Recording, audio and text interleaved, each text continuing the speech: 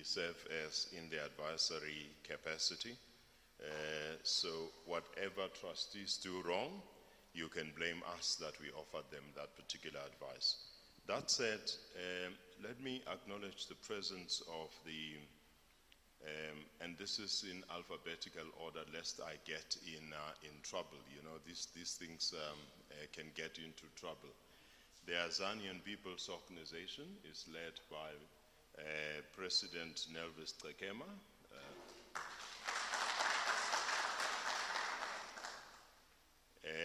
The Black Consciousness Movement United is led by Dr. Mabasa.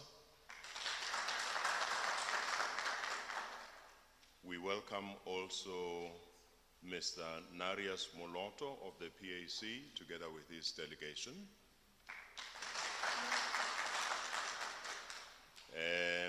The IFP is led by Mr. Bongingo Sidlamin.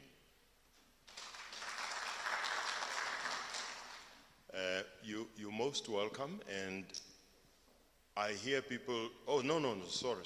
I almost made a mistake. Oh, good Lord.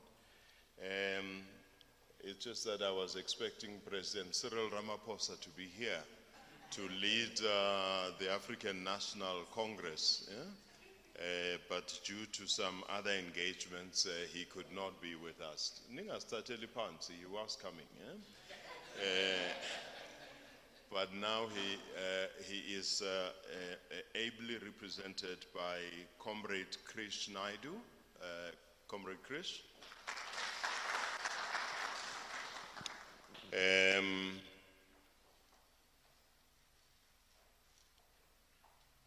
And of course, in the room, we also have, I don't know if it's for auditing purposes or making sure that prior to us being resourced, even before we get a penny, we are well behaved.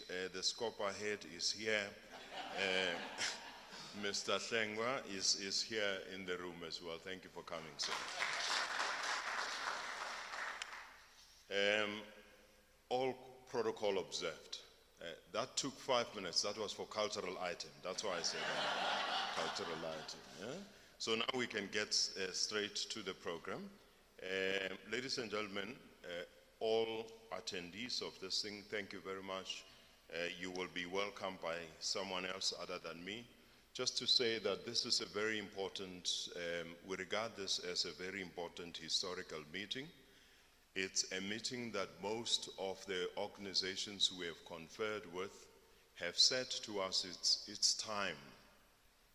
It's long overdue. It should have happened earlier, because the longer you stay without the opportunity to record history, the longer you stay without the opportunity to make sure that there is a reference point to which people will refer to, the greater the risk of distortions occurring on that particular history, the greater the possibility of people abusing that particular and appropriating that history to use it in all sorts of ways, nefarious ways included. And we think this is historic because, and by the way, I need to emphasize that us, NaLHISA, is not about rewriting history.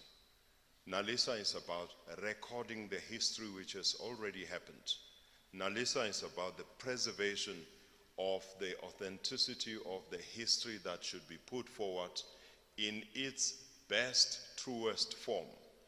That way, when we succeed in doing that, we would have succeeded in making sure that we protect the integrity of the truth around the persecution of the liberation struggle. It's not about who is more important than the other. It is not about which organization did what. It is not about which significant occurrence in our history happened to have been at what juncture in time. It is not about in what decade who played a very, it's not measuring all of those things, but it is to say these things happened. It is to say through our organizations, these organizations existed. It is to say through our people, because our history is incomplete if it does not feature our people in it. Ordinary people who constructed this that we enjoy at times think of it purely as our own construct, when the construct actually belongs to the people. We want to make sure that they are reflected in that particular story. But of course that story is not going to be possible unless the actors who constructed that history, who happen to be yourselves as organizations who have inherited that particular history, unless we cooperate with you, then of course we are claiming falsity in our, there's a popular word called narrative, which I try to avoid, but in our narrative, we are not creating a new narrative. We're simply presenting as NaLHISA for posterity the preservation of the history, because we think it is too important for it not to be recorded as accurately as possible. That's what we will be doing. I think I forgot what my role is. That's a problem when you give ambassadors to the podium. They think they are the podium themselves. Yeah? So having reminded myself, let me just do what I'm asked to do, a simple task to facilitate and make sure that we have successful proceedings. But before I do that, this is a media launch. So it would be remiss of me not to acknowledge the media that is here, as well as those that is joining us on, what do they call them, media platforms, electronic media and so forth. We thank you for having taken interest in this, because as we are being birthed, we would want to make sure that you know who we are. We therefore thank you for your attention. It's not the final launch of NaLHISA. There'll be a series of activities that we'll get into, but this is the first one in which we are publicly saying who we are and interacting with the rest of the world. So thank you for giving us the attention as the media. In fact, you are more important than, no, you are important to this particular day for it to be successful. That said, may I please call on the boss of this place, Ms. Jane Mufumadi, to welcome us officially. Madam.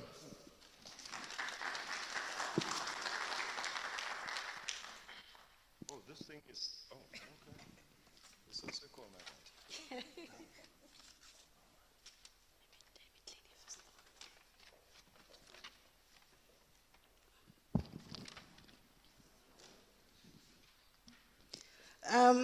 Thank you, Program Director, Ambassador Rakwena. I want to start by greeting the chairperson of NaLHISA. Most of the time when I meet Mam Mbete, I always say, I don't know what to call her, so I call her Mama because she's my mama. You are welcome home. I also want to acknowledge Mr. Mos Mashishi, the trustees of NaLHISA who are here physically and those who have joined us online. And amongst them again, one of our esteemed advisor and veteran, Ntate Tlhol. We've been with him here. He's shared his knowledge with us as Freedom Park in many platforms. I want to acknowledge the leadership of various political parties who are present here. The program director made my job easier by articulating and mentioning all of them. I also want to acknowledge the panelists for the round table. Mr. Glover, Dr. Hlongwane, Prof. Maloka. I want to acknowledge also members of the media, the veterans, and other members of the diplomatic corps who are here. Ladies and gentlemen, it is indeed for us as Freedom Park, and for me in particular, this is my singular honor to welcome you to Freedom Park for this August occasion, the launch of the National Heritage, Liberation Heritage Institute of South Africa, fondly known as NaLHISA, which aims to become the central location for the storage, preservation, and digitization of the nation's liberation heritage. I am sure that the choice of a venue being Freedom Park is no coincidence. Looking at the mandate and the vision of NaLHISA and that of Freedom Park, which was conceptualized to celebrate our liberation heritage, but also to honor with all the dignity they deserve those who sacrificed their lives for freedom and humanity.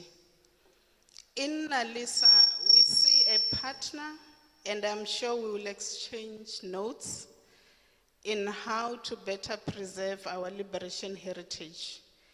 The archival material to be preserved will complement the stories and the narrative of the lives of those who sacrificed their lives. The space that you're sitting, called the sanctuary, is embraced by our wall of names. To date, we have inscribed over 150,000 names of those who died for freedom and humanity within and outside South Africa. We have done that across the 8 conflict events that shaped what we call South Africa today. And as we do that, we believe that what NaLHISA is going to preserve will expand the roles and the contributions of the 150 names. And Chairperson, the list grows every day. Research is still going on to search and honor everybody who contributed in different forms. And we're excited that NaLHISA will really put to life who are these people. We have their biographies, but we believe through the work that NaLHISA is doing, we will get a fuller picture of who they really were and what they have done. And also, your archives will also assist in preserving that. We have a small archives here at Freedom Park, but as I'm standing here, I know for a fact that we have hardly scraped the surface in terms of our mandate and capacity. And we're excited that NaLHISA will take that work forward and in a fuller and bigger approach. What excites me especially is the fact that NaLHISA is an initiative by South Africans who want to tell their stories, who want to share their experiences, their history and their heritage in their own words and their own perspectives.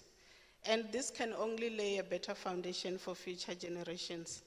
And again, I think when I read your conceptual framework, I saw that you don't necessarily want to reinvent the wheel, but you will take stock of what has been done so that you identify the gaps, and we know there are many gaps in the story and what has been done currently in terms of preserving our liberation heritage, so that you close those gaps and you address the shortfalls that currently are, so that eventually we have a complete story of South Africa and Africa that is not fragmented.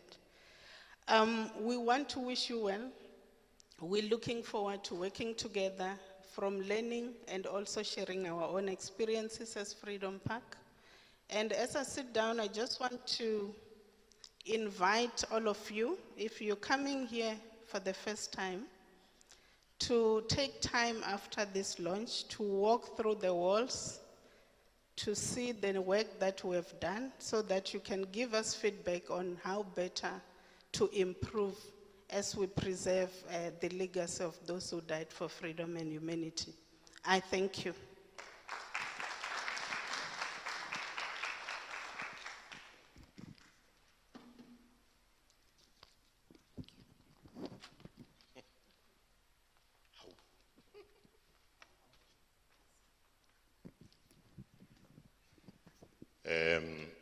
Thank you, Mayor Mufumad. I want this being a place of remembrance. I think I have been remiss in not have a start where it would be appropriate to start, which is to acknowledge that this week has been heavy. We lost two of our loved contributors in our struggle and architects of our struggle. Comrade Jesse Duarte on the one hand, and followed shortly thereafter by our loved poet, Dr. Brazinga. So I think a moment of silence would be appropriate.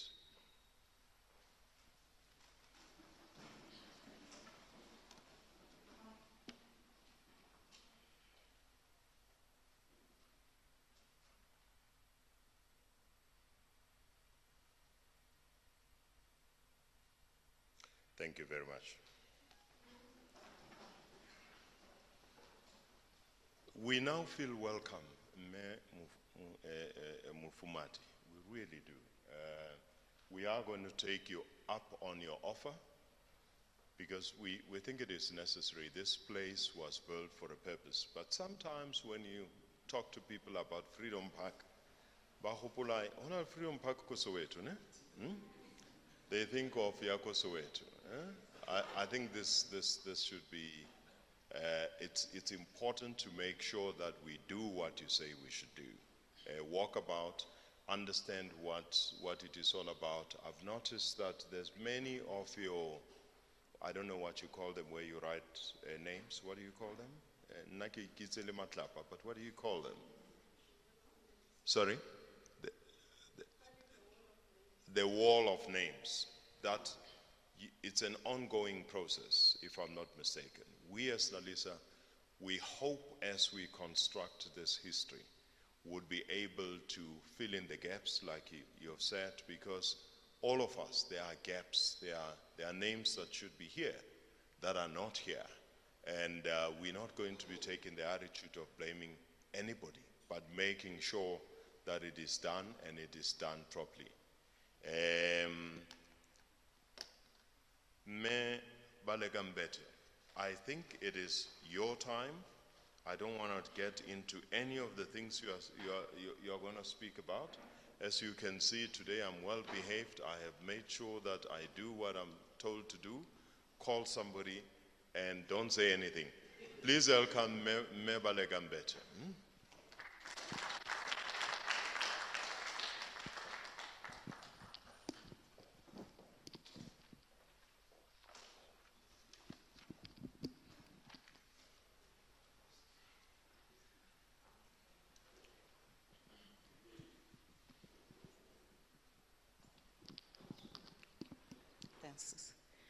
Sanbonani.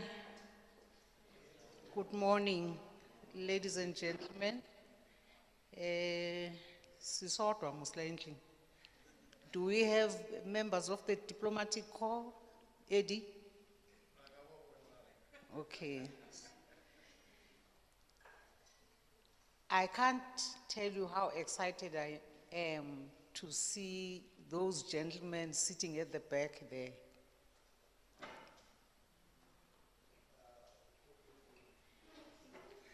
Do you mind rising?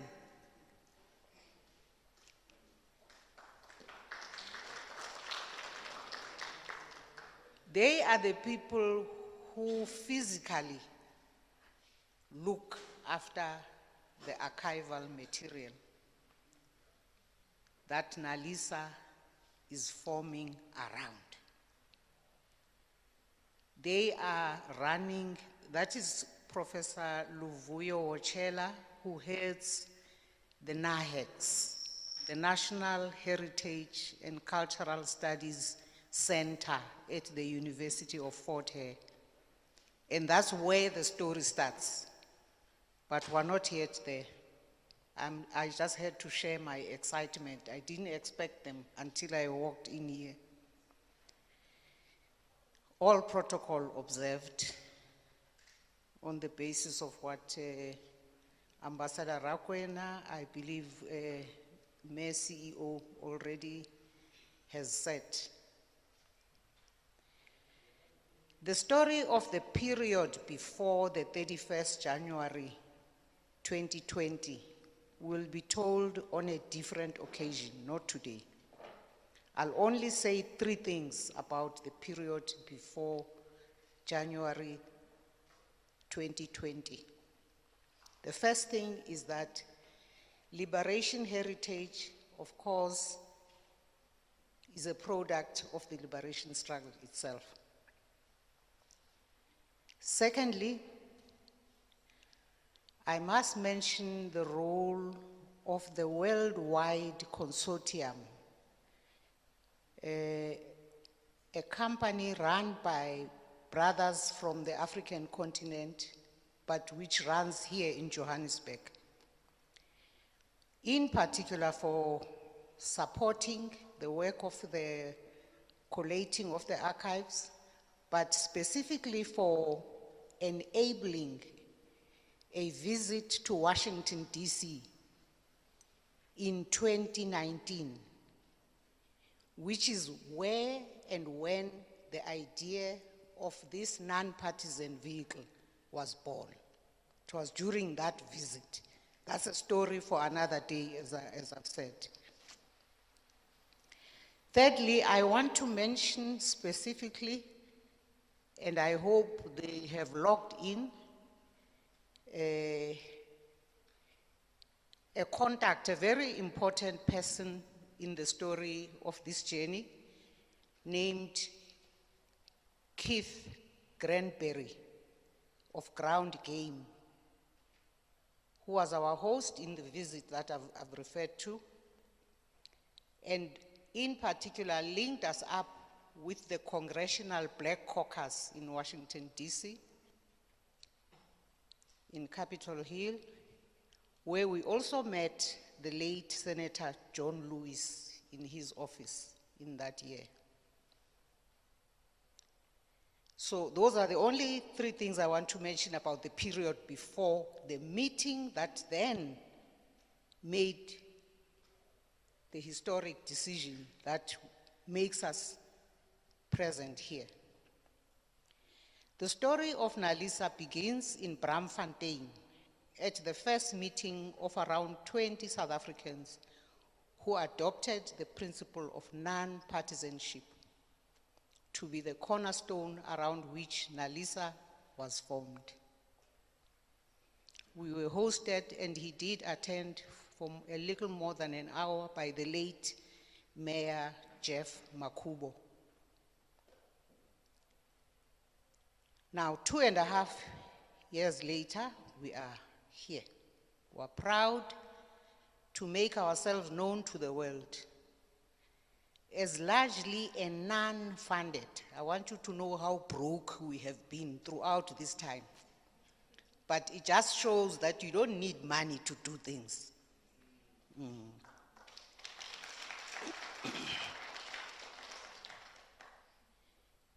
We were largely a non-funded entity, but we have survived because, in particular, because of a group of volunteers who did all types of work in which they are skilled for no pay.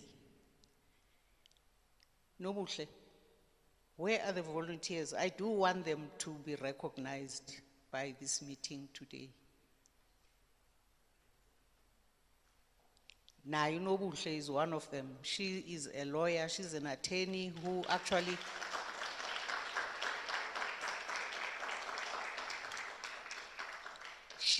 she did the workshop of taking the trustees through their trust deed, because our attorney, where's Mongezi?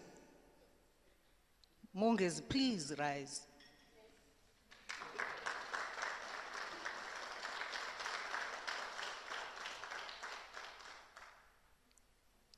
If there's anything wrong with the trust deed, blame him. Thank you. They volunteer, they are our secretariat, they keep the records, they keep the minutes, they take the minutes. We do battle about the minutes with, in particular, Tess over there, and we've agreed that there's both my political background of not putting too much detail in minutes and their legal preoccupations about needing the detail, because at some point someone will contest what you are saying. So we've found a middle way to say you don't need too much detail, but you need some detail. So these are our volunteers. Where are the others, Nobuhle? Oh, they are on the screen. These are the volunteers without whom we would not be here.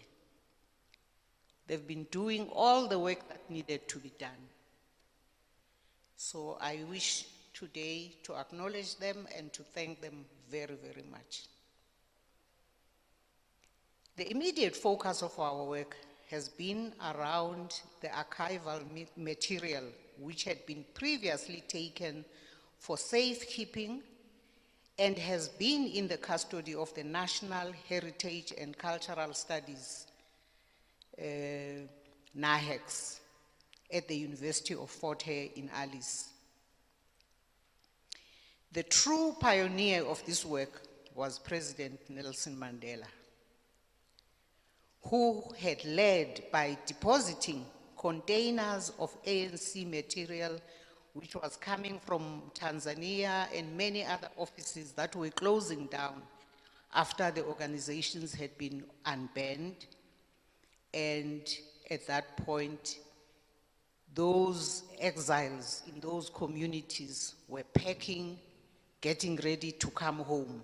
Madiba focused on ensuring that that material was properly packed, brought, and he approached Fort Hare to be the custodian.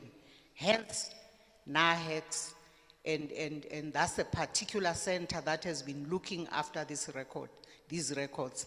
And of course, we now have since had other organizations, political organizations, and in particular around the time Fort Hare itself was celebrating its centenary, those issues of how well those records, that material could be captured, became the focus of what has now been coming together. And we hope that through these interactions and the work that we are doing, and now NaLHISA forming, and hopefully after this launch, we will attract resources, because we've been too broke to do many of the things that we should have done already. But here we are. So Madiba took these records there. We've since been there ourselves since this meeting I referred to at the beginning, twice. Our last visit was earlier, a couple of months ago. And we've seen the archives. I must tell you, on the eve of my first visit to see those archives, I sent a message to friends of mine. I said, it feels like a pilgrimage. It felt like a pilgrimage to me. And I think it's for a reason that it felt that way. Because like this energy that you have here, it's reminiscent of the souls that were participants in the struggles that are recorded in the archives. So we have visited that place twice and had meetings and engagements with our colleagues, and we can report that the archives of the ANC, PAC, BCM, NUM, SACP, and others as well, probably that I might not be mentioning or remembering, we've seen that they are there. And as has already been indicated by Ambassador Rakwena, the idea is not to interfere with the content of the archive, is to ensure it is appropriately handled by professionals, is to make sure that it can be accessed, in particular to scholars. Because ongoing work must happen informed by that record, not by what people are saying or interpretations of all of us, because we would differ on different things, but the record must speak for itself, and that's what we are about. We're about ensuring that that happens. Now, the deed of trust is also saying to us, we have the responsibility to make sure we train and continuously produce archivists. Because I'm telling you, when we were listening to the people at Fort Hare, the colleagues of Professor Ochela, talking about when Madiba approached Professor Bengu about this material which was coming from around the globe, because the ANC had offices all over, and of course other organizations also had offices all over the globe. And the question was, do we have the skills to look after this material when it gets here? And they say they went all over the place looking for that skill. So it's clear that more work has to be done by way of training archivists. We have had one discussion with the Minister of Higher Education about partnering around that matter of the training, continuous training of archivists, but also training of artists, also training cultural activists. So we need to build an institute. So land, we are looking for land in two parts in the country. One that would be in the vicinity of Fort Hare. We hope you are helping us identify. We've had a chat with the Vice Chancellor, and he reckons you've got more land than you can do anything with for the next 100 years. So we hope to be able, because we can see NaHEX itself has had its feel of what it can take already. So you need to expand. But we are saying, we as NaLHISA now that we exist, we are here. And we need to be known to be here. We will find some space to plonk something where we will stay overnight. We won't go to sleep in East London. We refuse to sleep in East London and come to Fort Hare every morning. For what? In fact, in the last visit, we found a B&B. We were told, no, Alice is dead.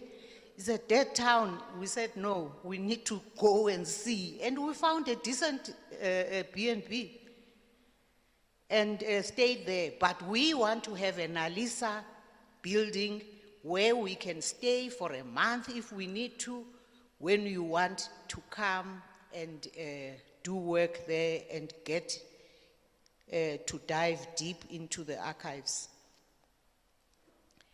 So that's one part where we need land to actually physically put something that will host the work that needs to be done.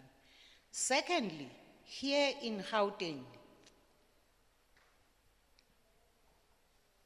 I must put a rider that says, to tell the truth, it doesn't necessarily need to be in Gauteng, but it's here in Gauteng that it has been decided. Most people seem to be of the view that this is the most convenient place where we should build the institute.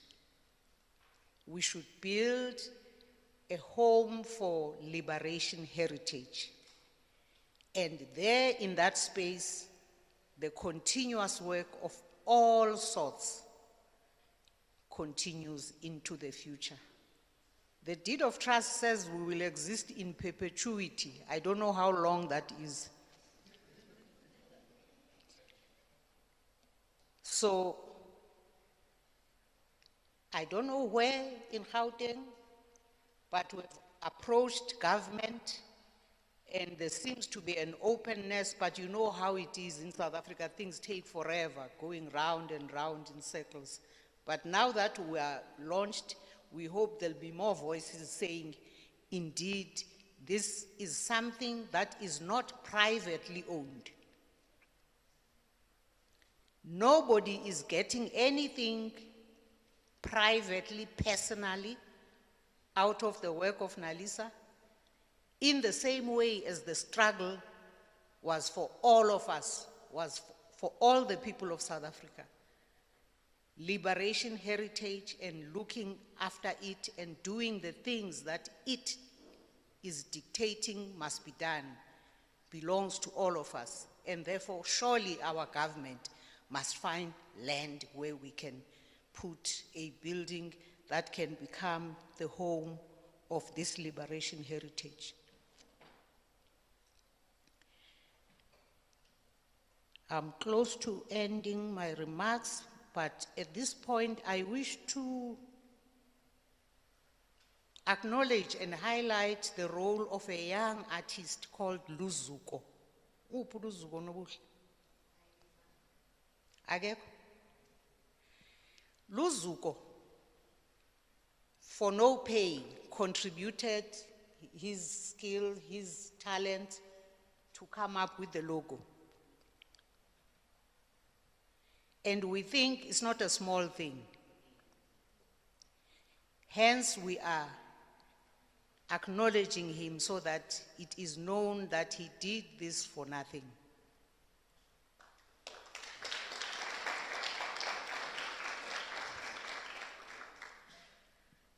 I also want to take this opportunity to acknowledge a young woman called NaLHISA Mazwai,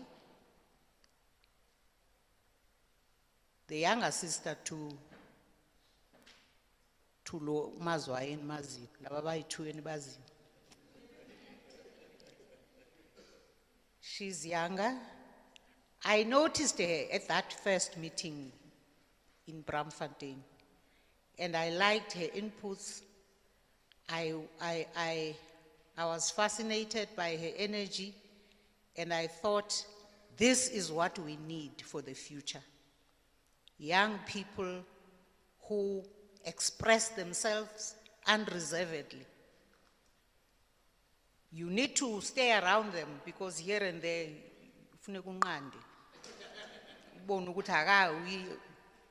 but I really appreciate that. When I talked to her, I had a long, chat with her. She came to my house and she was still working for Soweto Theatre. She agreed that she would come and work full time and see. I told her there's no money, but there's this vision. And she had been part of the vision in that meeting, as I say, and she came and spent many, many months. She spent many hours agonizing, thinking, and working through all manner of things in contributing towards what has brought us here as project manager at that point.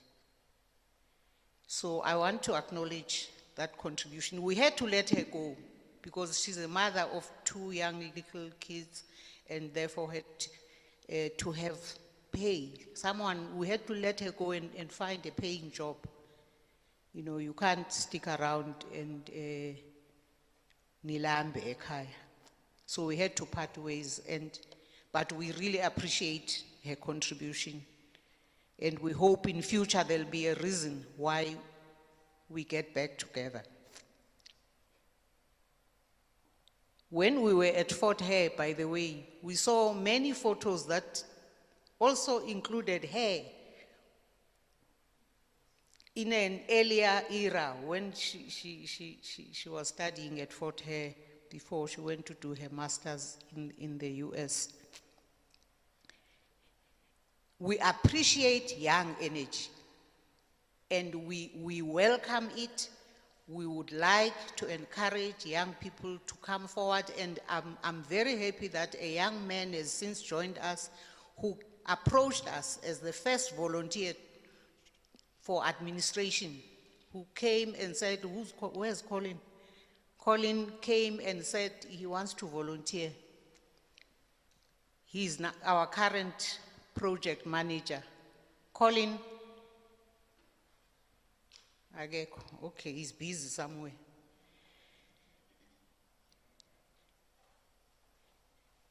The last point around which I want to share with you some remarks, some thoughts. Colin, he is our current project manager. No, Bengiti je Bagwaz. Is your wife around? Okay. She just had a baby, but she's very busy also participating. I want to share with you the fact that, you know, in the earliest days of the struggle, we were always internationalists. So the anti-apartheid struggle was an international struggle. So there's no way of talking without talking about friends all over the place. And the nearest ones are in Lesotho. There's something called the Basotho Bicentennial 2024. They are planning to celebrate the founding of Lesotho. And we're in touch with them. The last time was 2 days ago, that day, when I was talking to their head, who was on his way, ephethe isalukazi, of coming from the most senior house, asebukhosini nganqanda ngathi, oh, Friday is just a press release. It's a glorified press release. Bring that old lady when we go to a much more prestigious event. And so those are friends who are that ready to come and be with us, because they believe there's a lot we can do together to find ourselves. Lento silahlekile kuthina kufuneka siyoyithola ukuthi silahlephi siyixoshe sibuye nayo. I therefore recognize them. We have friends in Ethiopia where in the pre-NaLHISA days, we even planned an event where we booked a hotel. That money is still at that hotel, we were told recently. So in other words, there's an event still waiting to happen, which NaLHISA must then now reclaim. We have friends in a bank, Afrexim Bank in Cairo, in Egypt, where we have applied for support, for financial support, and we're in discussions about how best we can organize ourselves in terms of our own legal framework and submitting accordingly in keeping with their own policies and programs. There is Mayor Bushiho Matlo, who is one of us here in South Africa, but was appointed an ambassador, a roving ambassador of the Pan-African Heritage World Museum project, which is based in Ghana. We must still put flesh into these relationships and partnerships, prospective partnerships. We must mention friends in the US, especially Dr. Bailey, who I hope has logged in, who leads the American Voices Against Apartheid. These are people of African descent in the USA who worked during the time of the liberation struggle and continue to be interested in the preservation of the story, and are also preoccupied with the issue of archives and partnering around work that should be done to look after those records so that future generations always have access and they know who they are. We must recognize the elder Bob Brown. I met him when he came to the funeral of Mama Winnie. He had been in particular very active in supporting the Mandela family when Madiba was in prison. He is now in his 80s, but is still going strong, I'm told. And I mentioned Keith Granberry before. He is one of those that came out of the hands of being mentored by Bob Brown, together with Oprah Winfrey and all of that generation. Very importantly, especially for prospects for the future and future work, I must mention that Keith linked us up with Miss Ada Waliri, who's a young lady, she looks young to me, of Nigerian origin, but is associate director of the African Studies Center of the University of North Carolina. They are very keen to get into the meat of what NaLHISA's work is all about. And so we are in conversation with them and are yet to take up, when now we've had the capacity, we've built the capacity to work, because NaLHISA has not had a full-time person. All of these things that have brought us here were done, as I said, by volunteers working when they have time, and all of us coming in as and when. So after this, we expect that it should be possible for us to be able to attract resources that will pay for Mbulelo here to be full-time in working for NaLHISA and actually heading the process of getting the appropriate skills, ensuring that we have a full complement of the necessary capacity and staff that NaLHISA needs.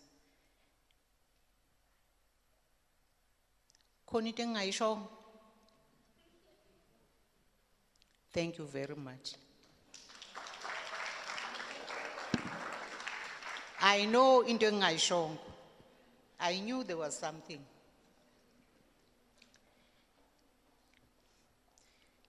My youngest child over there is shaking his head. So he's being a disciplinarian over me. His sister is sitting over there. They represent the 5 children I managed to bring into the world. And I thank them publicly for sharing me with the struggle that has brought the liberation heritage.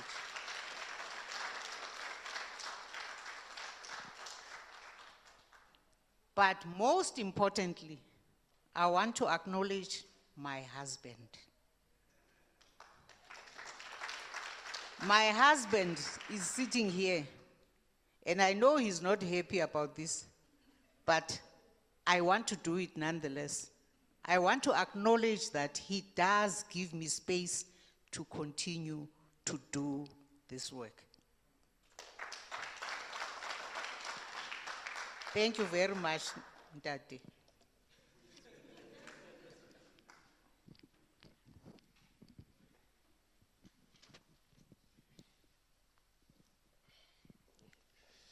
Thank you very much. I don't know if I ever mentioned that I'm not married.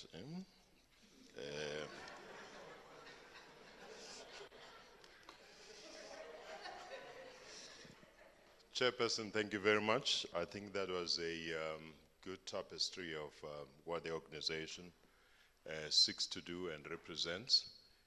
And as you touched on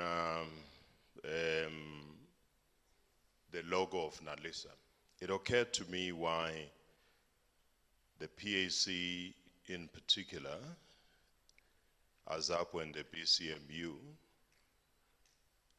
felt the need to be represented at the highest level.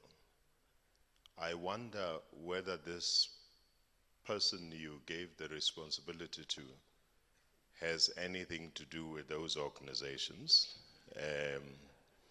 in colors. But no.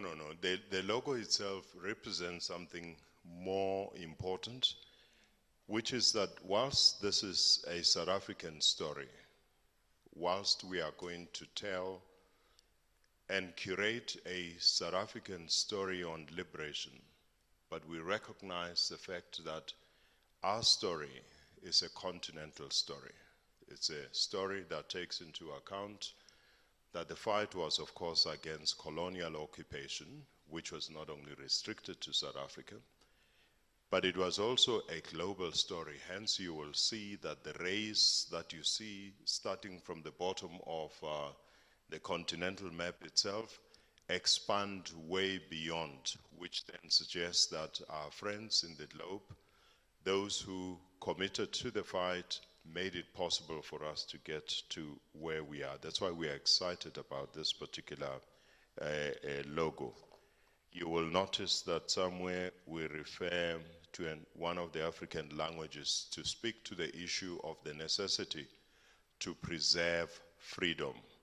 Uriti na uhuru is one of the, I don't know modern language by Bitsang, but that uriti na uhuru represents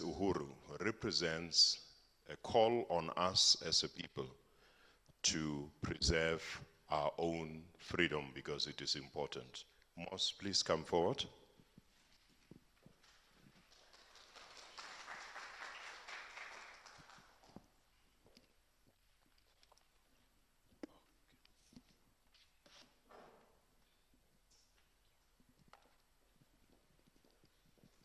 Thank you, Chairperson.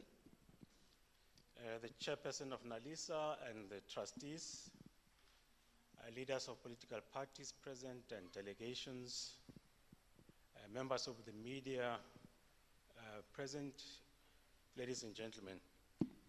Mine is it's a very simple assignment, is to read the official statement of NaLHISA.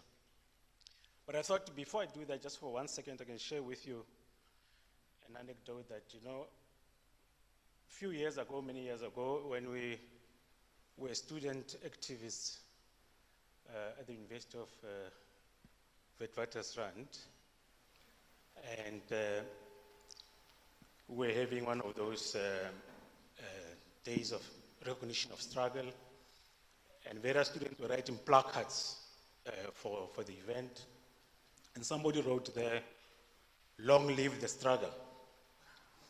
And Tio Khomsenek was our BSS president at the time, said to him, "Comrade, we understand what you are trying to say, but this struggle can't long live. It must come to an end at some point." So it's great that we are at this point in Freedom Park where we can begin the journey of reflecting on that struggle. The statement reads, "Today, the National Liberation Heritage Institute of South Africa, NaLHISA, is hosting a media launch at Freedom Park as part of a build-up and engagements with stakeholders before the launch conference later in the year.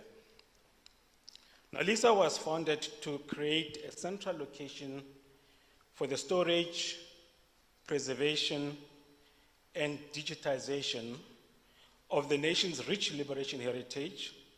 After numerous discussions among notable members of the former liberation movements, its main goal is to maintain and preserve all materials produced by constituent parts of the liberation movement, academics, activists, artists, churches, trade unions, civic organizations, and most important, the ordinary people whose contributions and stories remain untold. NaLHISA is a non-profit organization registered as a trust. The trust is founded on the principle of non-partisanship, reflected in the victory over apartheid, a result combined efforts of various democratic forces in and out of South Africa. NaLHISA is inspired by our liberation heritage, which tells the stories of our country's many peoples. The tactile part of that heritage, objects and sites, tells of activities, skills, and bold ideas, and NaLHISA is unique in its intention to serve as a national repository of a joint and collective national struggle. NaLHISA aims to ensure that our heritage survives into posterity and future generations remember the values and commitments that inspired the sacrifices that gave birth to this country. There is a dire need to harness the noble values of our liberation struggle to promote a common consciousness and shared vision among all South Africans in recognition of our common destiny.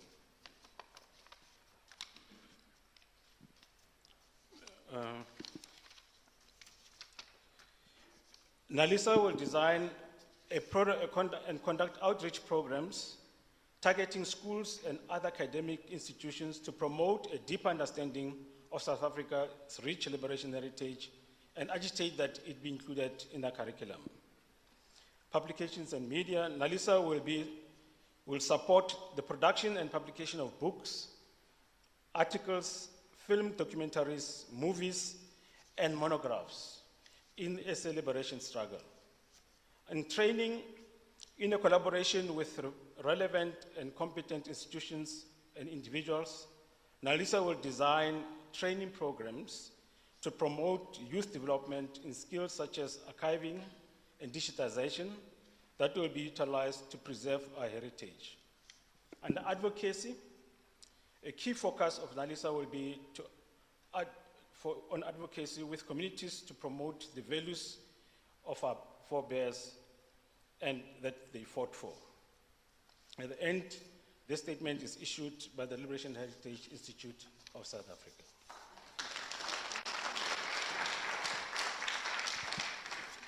Thank you. Thank you, sir. Thank you, Mr. Mashishi. May I now call on the following people as we sichincha amagere manje and are getting serious people to come forward. That would be Mr. Joe Tlholwe. Please take a seat in the panel. Mr. Ayabulela Lova. Okonje uzawujoyina ngento zakhona, ne? Okay.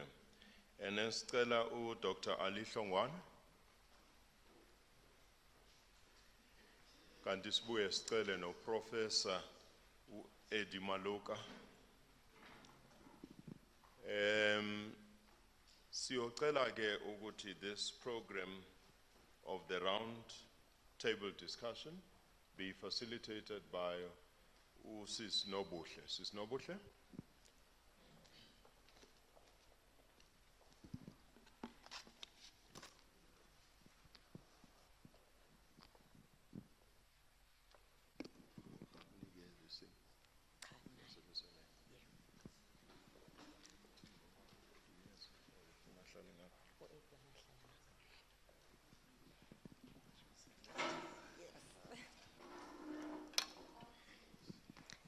Thank you, Program Director. Welcome, and all protocols observed.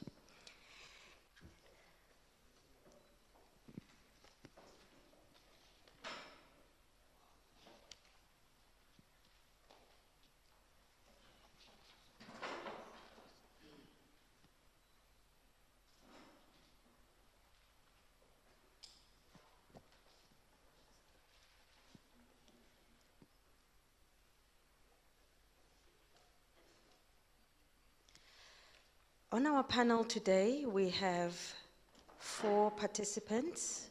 Babu Joe Tlolwe, who is a trustee of NaLHISA. We have Dr. Ali Hlongwane, a researcher with vast experience in the work, similar work that NaLHISA is doing. We also have Aya Dlova, who is in the space of archiving and digitization. And lastly, we have Prof. Eddie Maloka, who as well, he is a professor, and you've seen the note there that talks about theories and underpinnings. Our program director did that. Thank you. So Babujo, to start with you, NaLHISA is a registered trust. Could you please share with us the vision and the mandate of NaLHISA?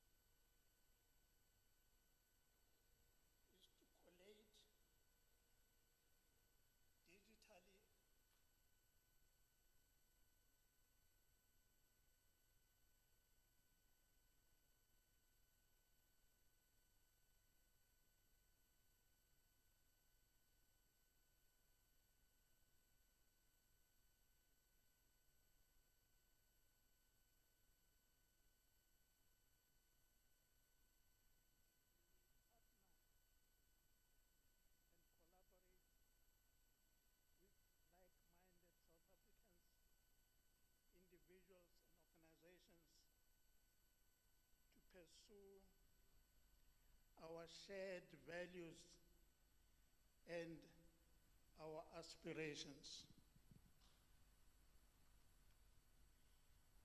Now, very briefly, that's what we want to do. That's what we are doing. To do that, we formed a trust. We registered a trust with 5 trustees. And if you look at the trustees, you again see the spread of the political backgrounds of the people involved. Our chairperson, Mayor Baleka Mbete. We've got another, I'm not sure if she's here yet, Mahauta Molefe. We have somebody who is out in Kenya, Ambassador Mahlangu. And we have another ambassador in Algeria, Ambassador Billy Masetla. Now, these are the people who are driving this vision and this mission. But besides that formal structure, we have an advisory council, and I think this is where we need to put the emphasis. The advisory council is a broad church where we all come together, where we put our political differences aside and we say, what is the South African story? What is the authentic story of our liberation? And this is the council that encompasses all the people who want to influence the direction of this trust. I hope those who still want to make some input will be making applications to go and to become members of the council and help shape this very fantastic idea, even if I have to say so. Thank you.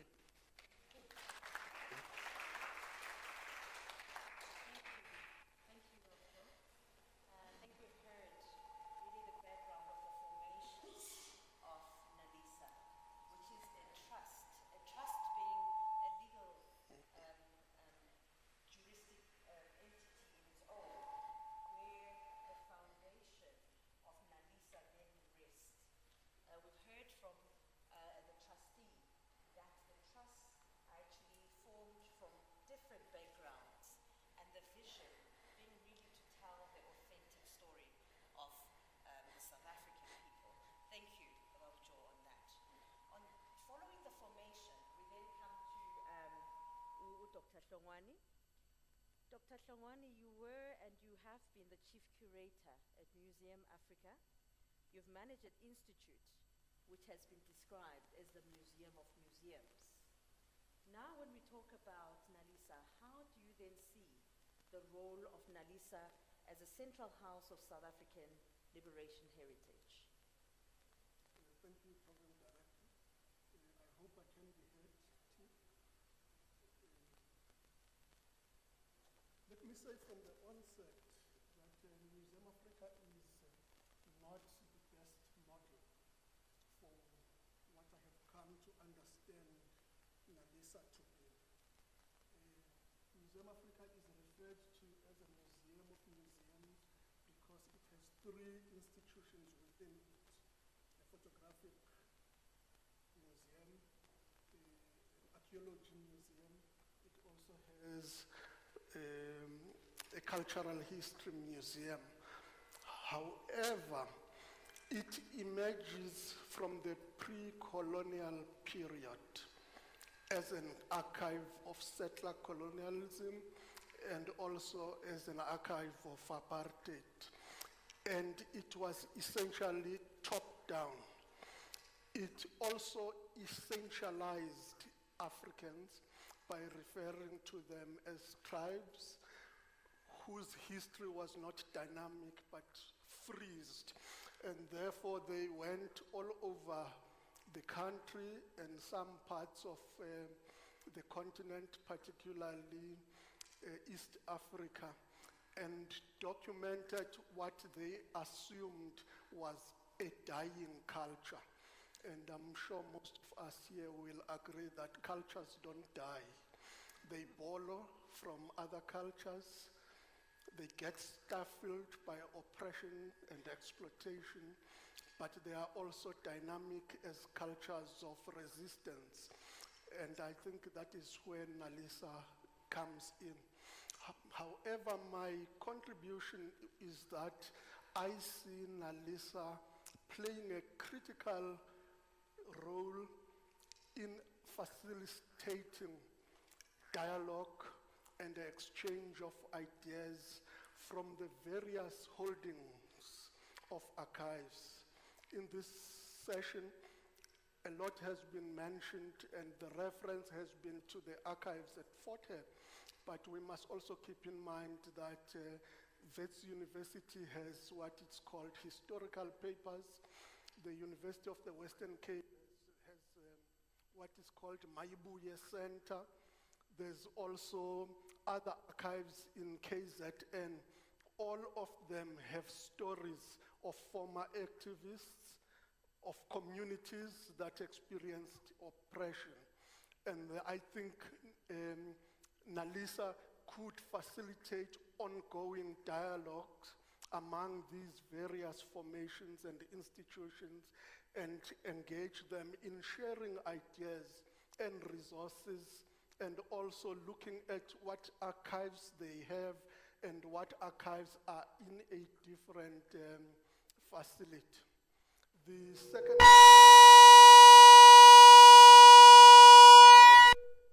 second observation I want to make is that NaLHISA can also facilitate dialogue amongst the various former liberation movements and individuals associated with those. And I do know that that is happening, but I think more of it needs to be done.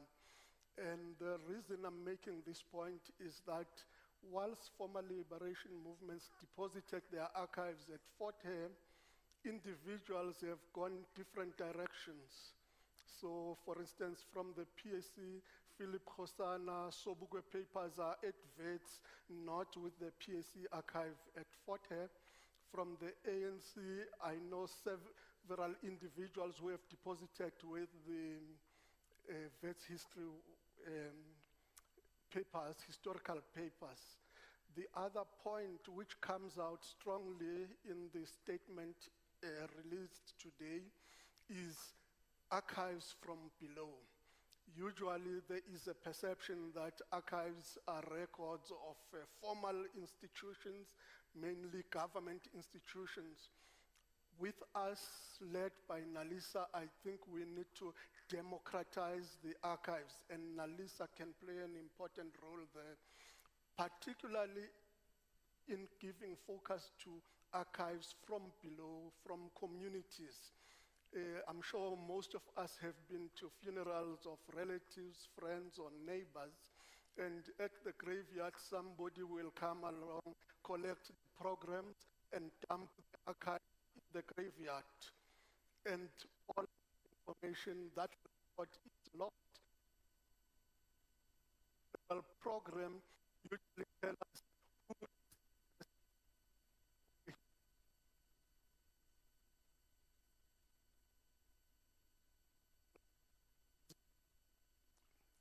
or family relations, and all those then get buried with the person who is no longer with us, which means there is a need for an important education program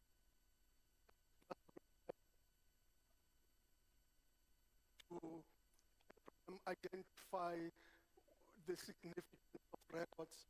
Mainly one last point I want to make, just to draw from my own perspective. The sisters had beautiful photographs of themselves in the early 70s, well wearing a maxi, those that could fit. Years later, after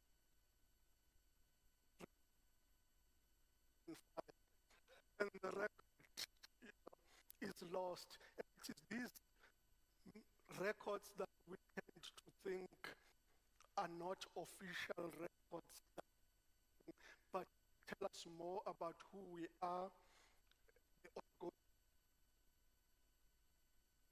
I had said the last point, but one last point is the statement mentioned civic associations and unions.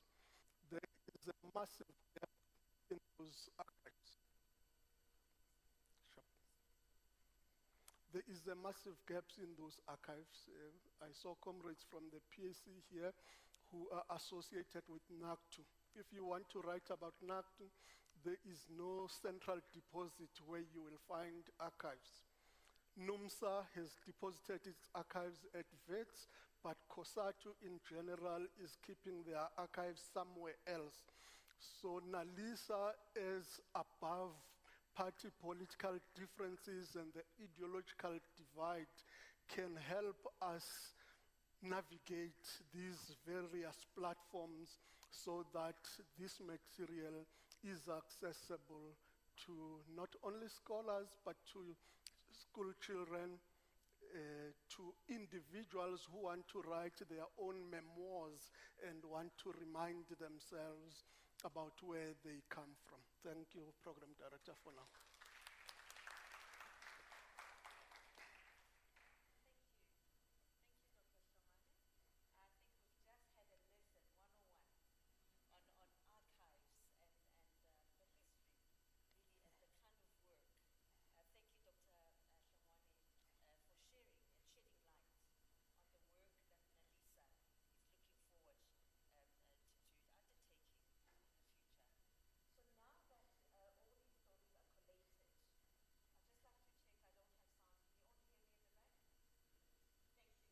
Now that all these stories would now be collated and collected, the next step now is to preserve by way of digitizing, by way of archiving.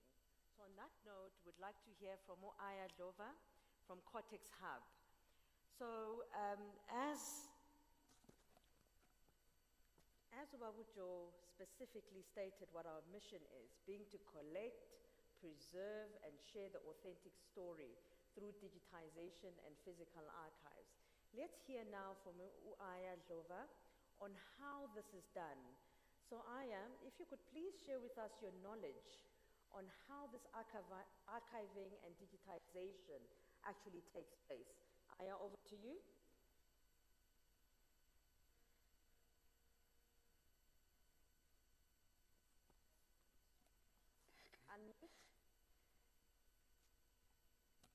Is audible? Can you just give me a thumbs up, please?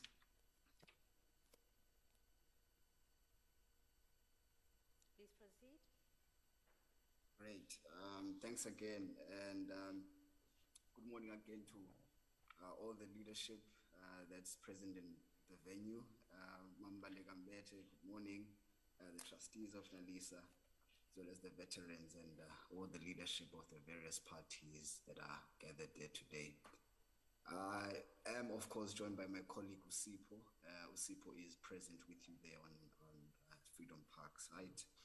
And of course, as I'll just share a brief, you can, of course, continue the conversation with them to get more details as to what I'll be touching on. So we're talking about archiving and digitizing, of course, paper-based systems and manual records that currently exist. So I guess maybe to start off this, I would say, without such archives existing, many of the stories of these real people would be lost. And along with those stories, we'd also lose some of the vital clues that allow young people like myself to be able to reflect and also interpret our lives today. So what myself and Usipo basically work on is something called digital asset management. Now, this is something that brings together harmony to media-rich content, for many brands. But if you look at the DAM platform, it has the power to store, share, as well as to organize all digital content in a secure and centralized location. And one would now ask, why do we want to do this? Well, South Africa is, very rich in history, and of course, as many colleagues have already mentioned, there's a lot of liberation assets that we would want to preserve for future as well as for education purposes. So we know that the University of Fort Hare, for instance, as Mambalega mentioned earlier, it is one of the custodians of the archives, which includes, the ANC, it includes the PAC, the Black Consciousness Movement, and many others as well. And these archives also reflect the history and development of these organizations over the times that, they were fighting for the liberation of South Africa. So if we could start now by establishing, say, a National Liberation Museum, or create some sort of legislation which speaks to a National Liberation Museum Act, that could allow people like myself and other creators, which of course have been mentioned earlier, with one of the goals to equip and skill young people in skills that will allow them to work on these digital archiving matters. So we would look at, a collection of all the artifacts and digital content from all of the years and the phases of the liberation movement, and we would then be able to tell those stories through mediums such as 3D animation, which is very appealing to young audiences who, of course, would now have, I'd say, television shows and kids programs that are presented in 3D animation form. If you look at tools such as virtual reality and augmented reality, where we'd be able to recreate some of the spaces or the environments in which some of, I heard earlier noted, 8 conflict events that have occurred, we would then be able now to recreate and repaint some of those and allow for immersive experiences to be presented to people using virtual reality tools. And of course, if you look at documentaries, short films, as well as other programs that can be created through the use of technology, as well as storytelling people that are able to write, produce, as well as archive all of these stories. And that's how now we would be able to use the technology and, I guess, the digital tools that are available to create this digitized kind of museum, or virtual museum, as how I like to put it. So really, it's also in the interest of museums to be part of this project, because NaLHISA's history goes beyond South Africa alone. And as mentioned, there is national interest, there's also international interest as well. So partnering with the museum now would also allow us to really make this model work very well. And as we build this virtual landscape, or this metaverse, if I may put it in that example, it will also incorporate all of these elements that one, when they physically walk into a museum, they can touch and feel. In this now virtual environment, they can also be able to have that similar experience. So I think another point that would help this is, of course, an organization now that would work together, whose purpose would really to be looking after the digital rights management, and of course the digital assets management also that come into play, because us as the young people, we would have the skills to put it all together, but we would then rely on the expertise and the knowledge and the wisdom of other leaders and other people who then come in to help us really make sure that the digital assets really are managed in a proper way, and it's fair to everyone. So the objectives of such would then be to serve, I guess, as a custodian of these archives of the national liberation struggle. And it would also help us apply for external funding, because, some of these tools, some of these equipment and this infrastructure and resources would need would come at a cost. It would also look at digitizing, of course, all of the archives. I noted earlier, there's already over 150,000 names that have been listed on the wall, and there could be more and more that need to be added on. But now, with technology, we would be able to do that much faster, more efficiently, and ensure that no name is left out. It will also have functions which look at now developing this digital rights management system, and how the digital asset management system will work, how all of the different organizations and I guess the parties that were active will be able to contribute to this digital asset database or system. We'd also be able to look at partnerships with, say, the likes of the History Channel, as well as partnerships with the likes of UNESCO, who also supports quite a number of organizations and helps them engage on specific programs and specific topics on international scales. So I think to maybe sum up now how the digitization and archiving from our perspective work is this. Look at it as a national liberation movement history preservation lab, where young creatives and researchers can be employed in the lab. These creatives and researchers then would be tasked to continuously improve and produce the content that is preserved in these archives. And then the creatives then can be designated to different labs, which then focus on history animation, virtual reality, the production of the documentaries and short films and stories. And of course, they would work with other structures and other limbs or units to make sure that all of the work produced speaks directly to the target audiences that are intended for it. And it also caters to, I guess, the taste of us, the younger generation, who I think the leadership is looking to preserve all of this history for. They want us to be the consumers of it. So in a way, young people can also contribute to making sure that we are able to tell or narrate all of those stories in a way that appeals and speaks to us in our language, in our tone, in our appeal and visual elements that speak to us.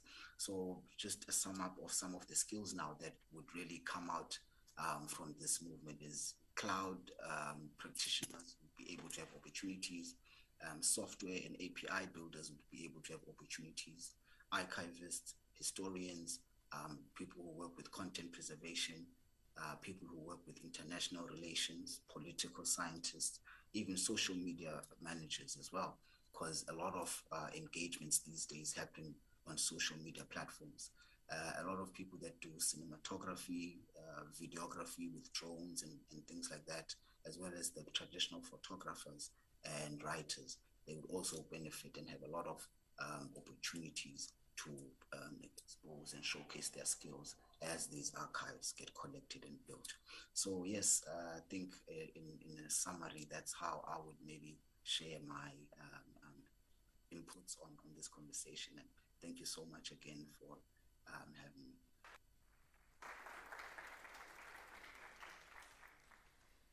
Thank you, Aya, for sharing that. And I think this is at the time where it's appropriate for us to say it's all coming together, which is the theme today of our launch. On that, I come to you, Prof, to say, as it's coming together, why the now? Today really marks the birth of NaLHISA coming out to the world. Why now, Prof? Sibalega tried to answer it and Rajo, but just to say that I think that perhaps we have not been bold enough in centering the liberation narrative and placing it at the center of our identity as a country. We have been quite shy to the point that even to talk about liberation struggle now, even kids are shy to talk about it. And sometimes the mistakes that our leaders make, we confuse them with the real history that brought us to where we are today. And I think NaLHISA really is going to play a big role in centering the liberation history and placing the liberation history at the center of our ownership and identity. And there is this saying,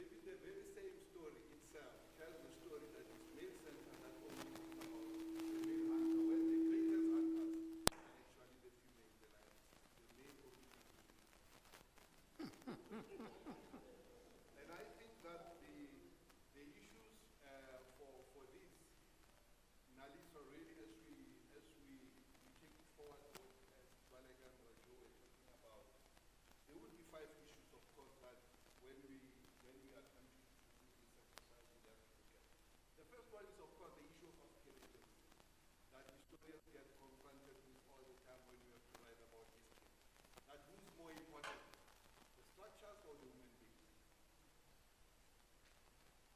And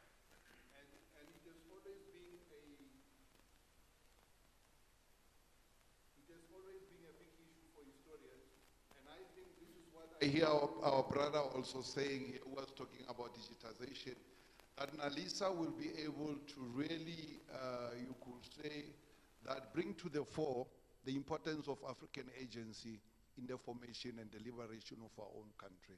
That is not just structure, it's not just abstract concepts, but it's the actual human beings who fought and liberated this country. Brajo, Sisbalega, and many of them are sitting here. So really the issue of agency in the liberation of our own country is very, very important. The second one is, of course, causality, what caused what, and historians always debate about that. In the history of the ANC, there are people who will tell you that, no, it's not the human beings, the fighters who liberated us, it was the sanctions.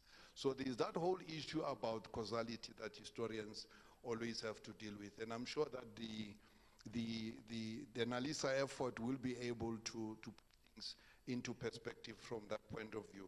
And then the third one is the role of individuals versus the role of the masses in the making of our history. And Nelson Mandela himself, now on Nelson Mandela Day, there was a clip that was circulated everywhere where Nelson Mandela was saying, I'm just an ordinary person. I did just the little that I can do. I made the little contribution that I can make, but it's actually the masses of South Africa who liberated themselves.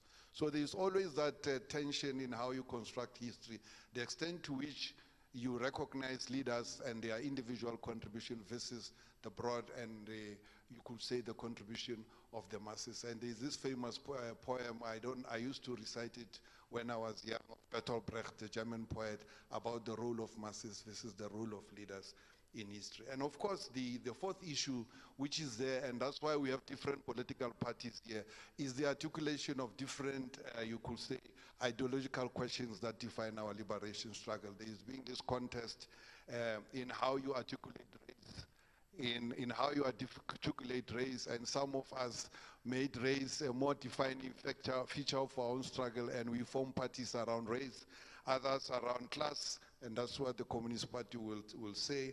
And then there will be, of course, others who say, yes, race and class, but also there is the ethnic question. And of course, the issue that was marginalized until quite recently is the issues of gender. So NaLHISA then will be able, and now that we have all this liberation movement, now they are not contesting for hegemony in society, but they are working together to preserve our history. We'll be able to give interesting perspective that brings together the racial, the class, the ethnic questions, and also the gender issues in the formation of our own country. And of course, finally, the issues, the balance between the domestic and the external. Sisbalega here was talking about recognizing some of our brothers and sisters from the African diaspora who contributed to our liberation. And then Ambassador Mbulelo, yourself, you said that NaLHISA, of course, is based in South Africa, but is centered in the global context. And I think this is an important issue that will feature quite prominently in the work of NaLHISA. So how then you have all these issues. For me, one of the important issues is how do we take this? I think you were talking about the archives from the bottom-up approach and the non-institutional sources of history and so on. But for me also the issue that concerns me is how do we take this interaction, this history, into the classrooms? And unfortunately, some of us who are parents, I can't say unfortunately, fortunately some of us are parents, but many of our kids have studied, after 94 up to now, they didn't study the liberation of our history. They studied snippets and bits and pieces of it.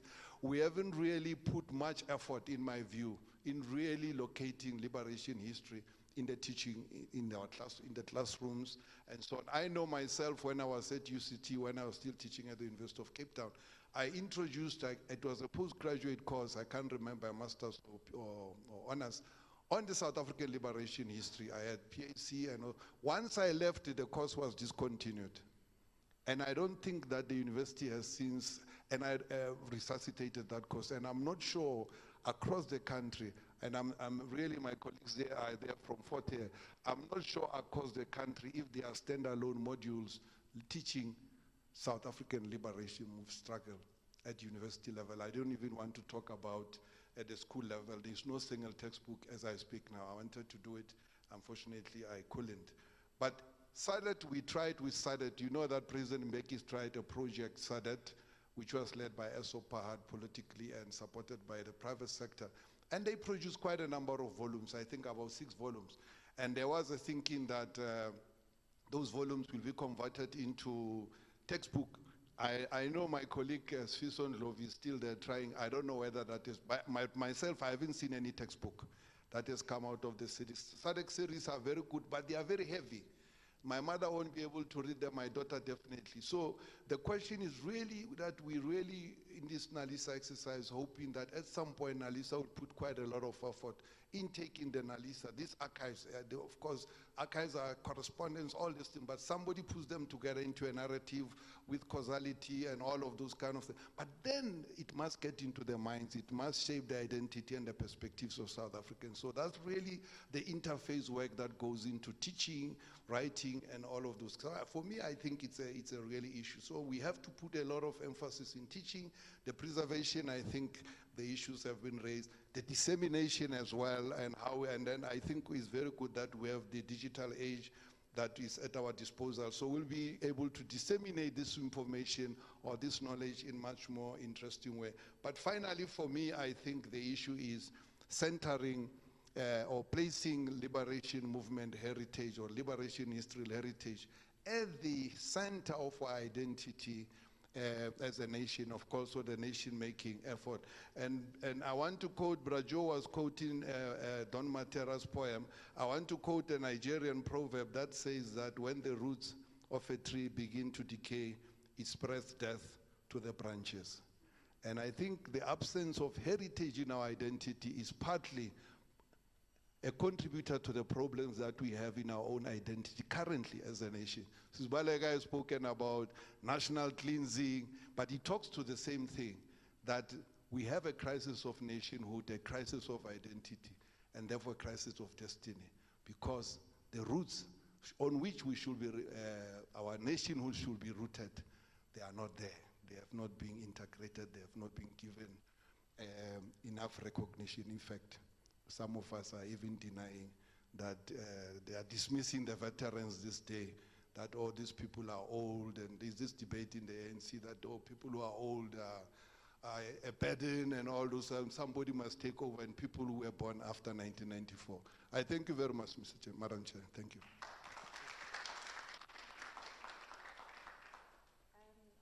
On that note, thank you. And as it all comes together, I'd really like to take this opportunity to thank all our panel members and for the valuable lesson and insight of this beautiful institute called NaLHISA. Program Director, we thank you.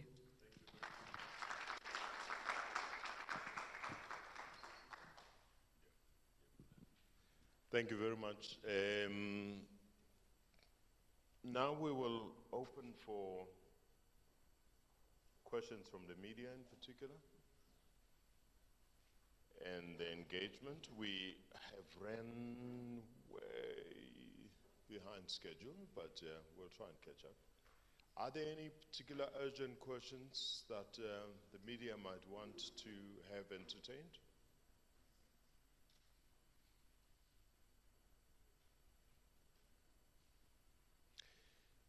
If not, I am going to abuse and what I'm about to do is very dangerous, but I'm going to do it nevertheless. You all had the chairperson promise me a job. And this might just be the termination of that job at the same time.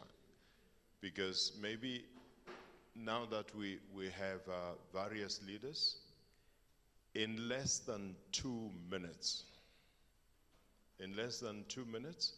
any of them that wishes to perhaps pledge a message of support, they are very welcome to do so. Others at least two, I'm aware, have deposited videos of support.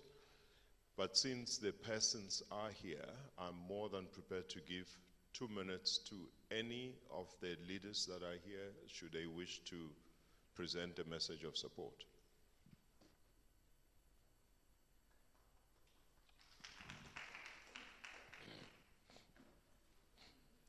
In no particular order, anyone who can reach me first. Thank you. Chairpersons, trustees, and members, leaders of various political parties, and the media. Let me, from what we have heard, I think everyone agrees that this is long overdue. This long overdue, I think, if it would have started earlier on, we would have hope for the new generation, for our youth. Maybe the confusion that we are having all over wouldn't have been like this. The common reference point, particularly of the liberation movement and struggle. It's a very, very important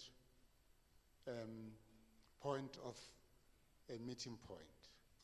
Now, therefore, as the Pan-Africanist Congress of Azania, we're excited with these initiatives. We'll support because not only that there's much that we think has been left out and not been properly, we believe the story of the liberation struggle movement, the leaders, and all has not been fully told, and this is an opportunity to do so. Therefore, we want to take the opportunity to once again to NaLHISA leadership trustees and all those who played part say thank you, we fully support.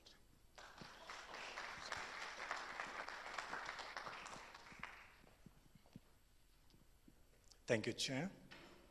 The chairperson of NaLHISA and everyone gathered here. I speak on behalf of AZAPO. We just want to say that as AZAPO, we are fully behind this initiative. This is great, long overdue. But every time we listen, NaLHISA seems to be emphasizing this thing that they are not rewriting the history. And we say that's correct and thank you. They are saying all they are doing is recording history. We're saying thank you. But we're also saying history can be misrecorded. But we trust your integrity in the recording of that history, because what you don't want to have is a single story. It's a story of domination and power at the present moment in time, because somebody else will come in future and erase that history and re-record the history and rewrite the history. So that's what you don't want to have. And as we were driving in as AZAPO, we could not miss the ironical contrast.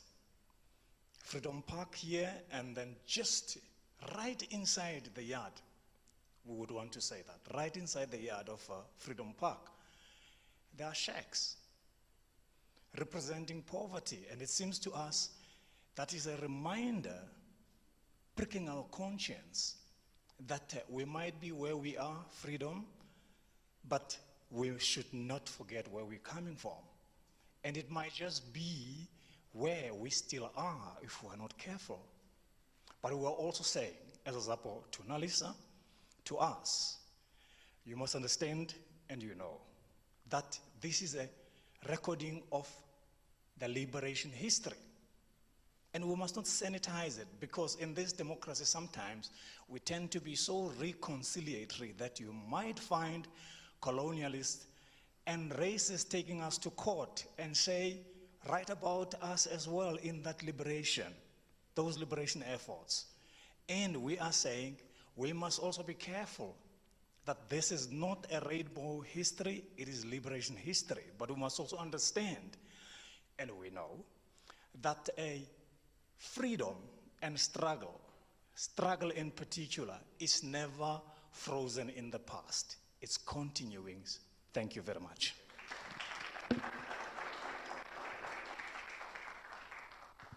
Thank you very much, Your Excellency, Program Director, the trustees of NaLHISA, ladies and gentlemen.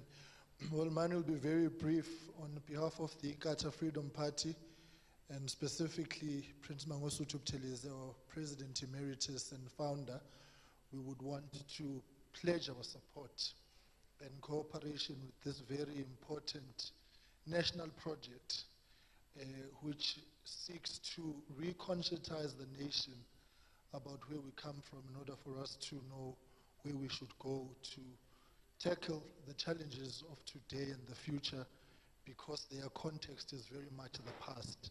And so it is important, Madam Chair, I almost said Madam Speaker, Madam Chair of NaLHISA, that where things must be rewritten, that we do so on the basis of the factual evidence which will arise out of the archiving.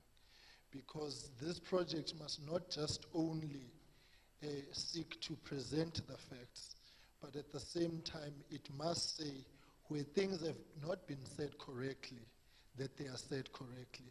Of course, the work of academia is important in this regard, and we truly want to, Madam Chair, say that must be one of the apex priorities, to ensure that the people in academia are given the necessary resources so we can cultivate the necessary skills, knowledge, and expertise to ensure the integrity of the work, but also at the same time to ensure sustainability and viability, because information uninterpreted or untaught, well, is just information. So we do need an academia to be able to hand out and give out, teach, critique what is there. So it's not an easy feat that you are seeking to achieve, but we can only congratulate you because this is long overdue, but it's never too late.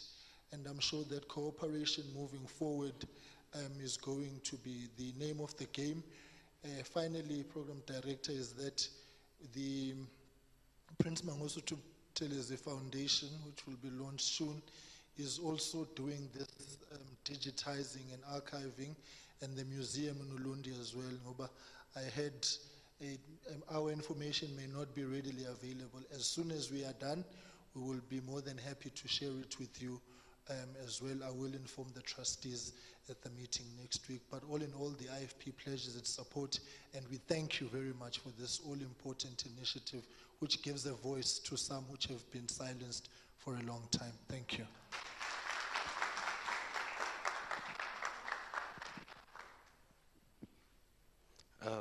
Thank you, Program Chair. For us, from the Black Consciousness Movement United, we want to pledge our own support. I think as I was sitting there, one of the things that came to my mind was no timid nation can ever become a people.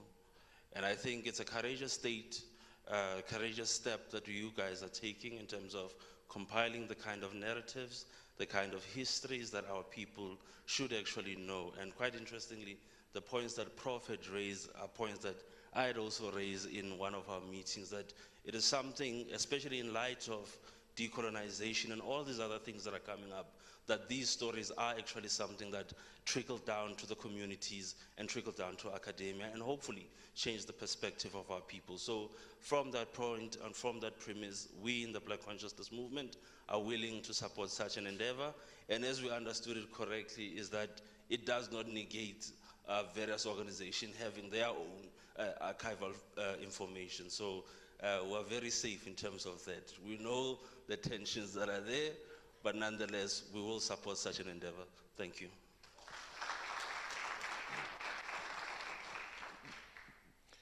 Thank you very much. That indeed was very heartening.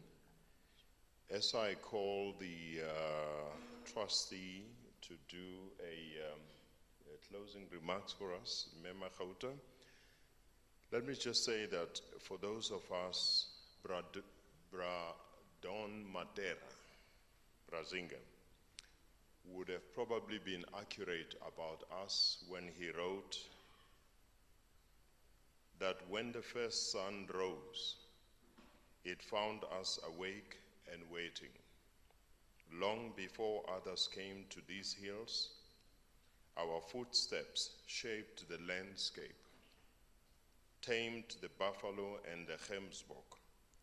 We rode the wind, we silenced the hurricane. Look at us, we have been here before.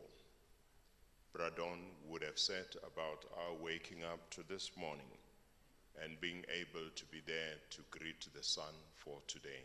Memachouta, would you please come and close on us?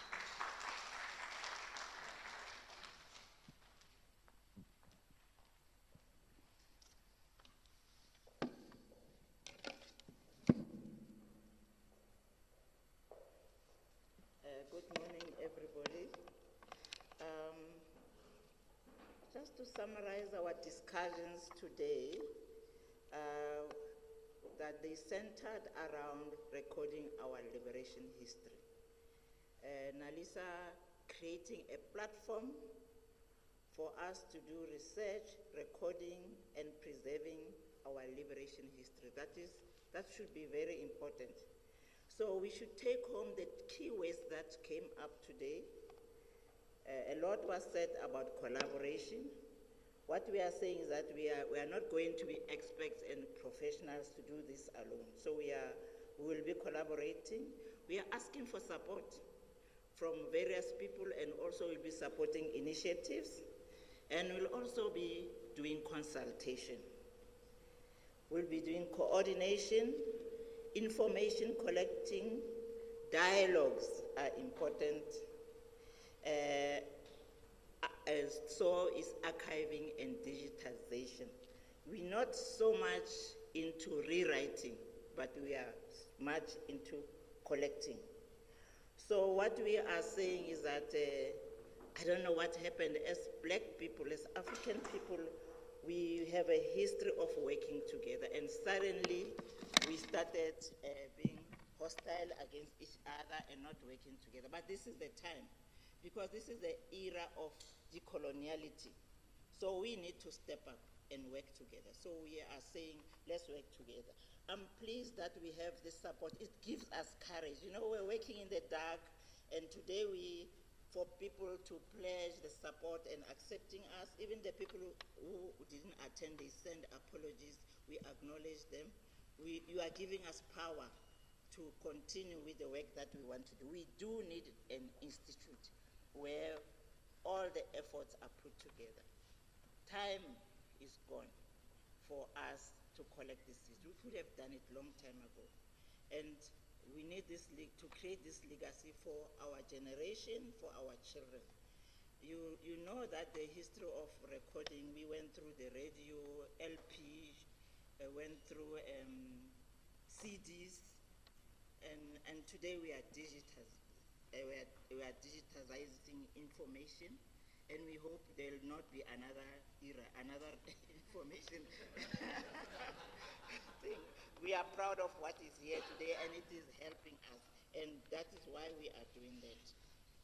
So I would like to on behalf of the trustees, I would like to take this opportunity to thank everybody who attended today, who responded to our call. What we are saying that NaLHISA is work in progress. It is work in progress, so we are looking out for you to really work with us. And I thank everybody who participated in the round table, Brajo, Professor Maloka, and Dr. Shomani. And I thank everybody who, the chairperson, and I also want to thank the people who joined us on Zoom. You are important, so thank you. Of note, I also want to thank the program director and our coordinating team. We have a coordinating team that is led by Rakwena. We also have an advisory committee, and we have a host of volunteers, which is how we have been surviving, and we are still calling for more people to give their time and also contribute to the building of NaLHISA. And we also want to thank our admin team for putting together this event. And in advance, also thank the caterers. And, and also thank the management of Freedom Park for offering us this space. We want to thank you a lot. And then we have funders, because we still don't have money. The Inclusive Society Institute, Ntanga Nkutlu Attorneys, Kumalo Masondo Attorneys, Medbank, African Bank, Africa Titicum, Lubna Foundation, and well, I have acknowledged advisors, volunteers. So of note also the press that is here, we say thank you for coming here. We rely on you. What you'll say about us will be important going forward, but we're looking forward to work with you.